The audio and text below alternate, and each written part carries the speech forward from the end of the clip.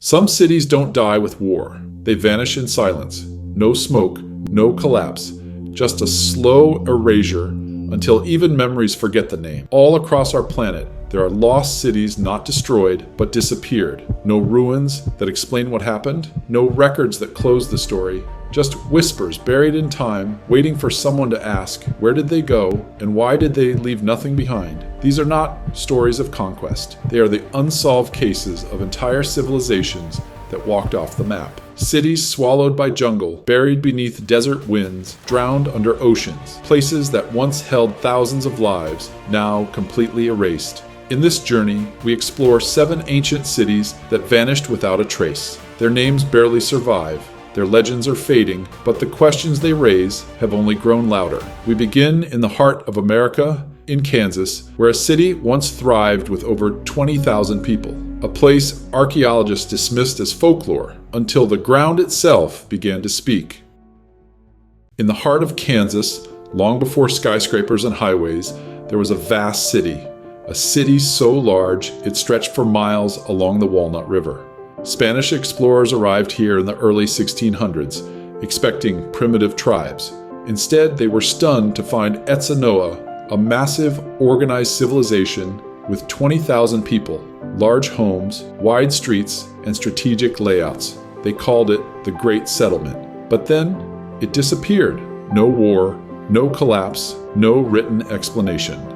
For centuries, historians thought the story was just a Spanish exaggeration, but in 2015, a teen archaeologist discovered cannonballs buried deep in Kansas soil, matching Spanish accounts. Ground-penetrating radar revealed hundreds of buried structures. Etsinoa wasn't a myth.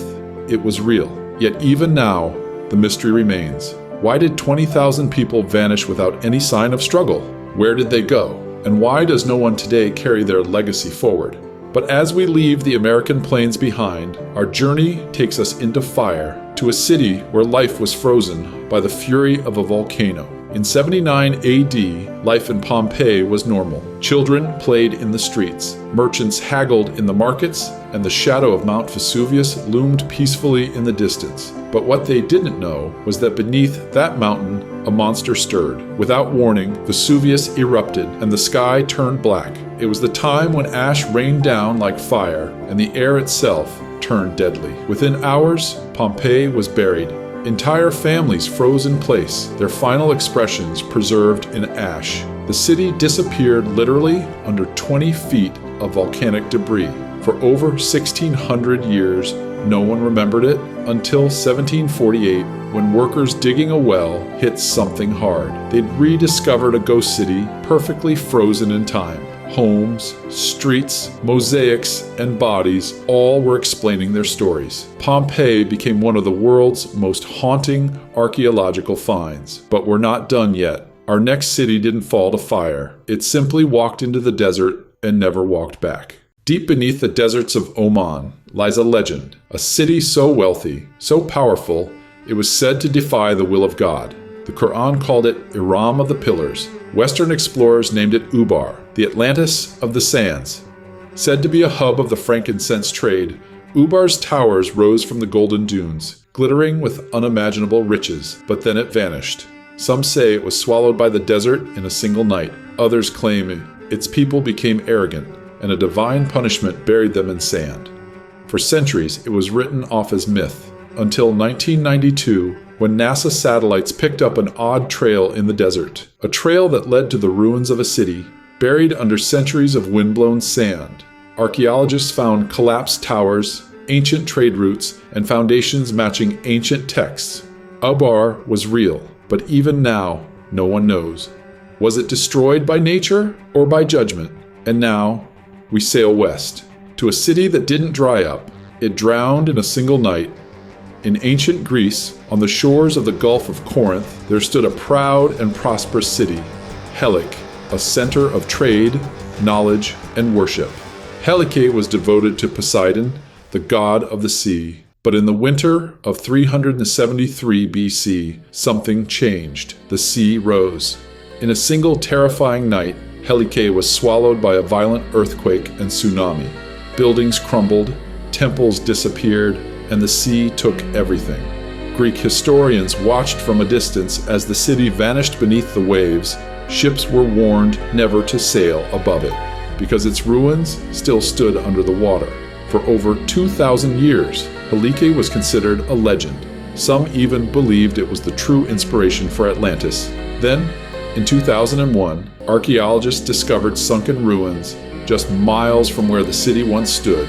Roads, pottery, coins, and a temple to Poseidon. The lost city had been real all along, waiting silently beneath the sea. But what if other cities still wait below us?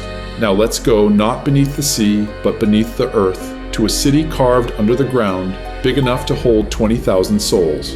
In the heart of central Turkey lies a secret buried beneath stone, a city hidden not in legend, but in the earth itself. Derinkuyu, an underground metropolis carved directly into volcanic rock. First rediscovered in 1963, when a man renovating his basement broke through a wall and found a tunnel. That tunnel led to rooms, which led to corridors, which led to chambers, then stairs, then entire levels. Eventually, archaeologists uncovered something unthinkable. This wasn't just a shelter, it was a civilization underground. No one knows who built it or how they engineered such precision without modern tools. Some say early Christians hid here, others believe it's far older. But there's one thing everyone agrees on: no ordinary city disappears downward.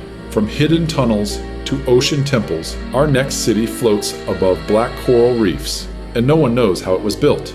Off the coast of Micronesia lies a mystery rising from the sea. Nan Madol, an ancient city built on a coral reef made of over 750,000 tons of volcanic stone. Imagine Venice, but with stone temples, tidal canals, and no modern tools. The ruins stretch across 90 artificial islets, all interconnected by water channels. A city that floats, but was never supposed to exist. Built sometime between the 8th and 13th centuries, no one knows how the massive basalt stones, some weighing 50 tons, were transported.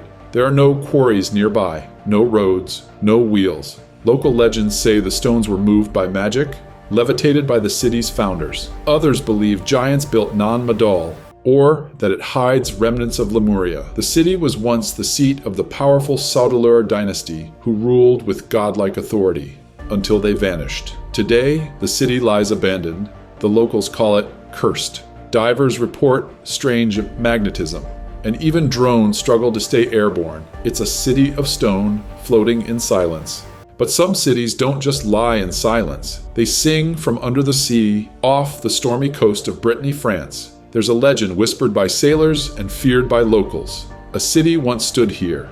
Yiz, richer than Paris, filled with golden towers, music, and marble streets. It was protected from the Atlantic by a massive seawall and guarded by a single magical gate. But power breeds pride, and pride invites destruction. As the tale goes, Princess Dahut, daughter of King Gradlon, was seduced by a dark stranger. One stormy night, she stole the gate's key and opened it. The sea poured in moments. Yiz was gone, drowned beneath crashing waves and eternal silence. But that wasn't the end. Some say the city still stands, perfectly preserved under the water, and, on moonless nights, fishermen swear they hear music rising from the deep. Echoes of bells and a woman's voice, the rhythm of a city that refuses to stay dead. France calls it a myth, but the sea has never forgotten across the world. Beneath oceans, sands, and stone lie cities we can no longer touch, but can still imagine. Some were drowned by nature, others erased by time. But they all have one thing in common. They vanished without a trace. Maybe we'll find them one day, or maybe they were never meant to be found. But that doesn't stop us from searching, because these cities, though lost, still whisper to us.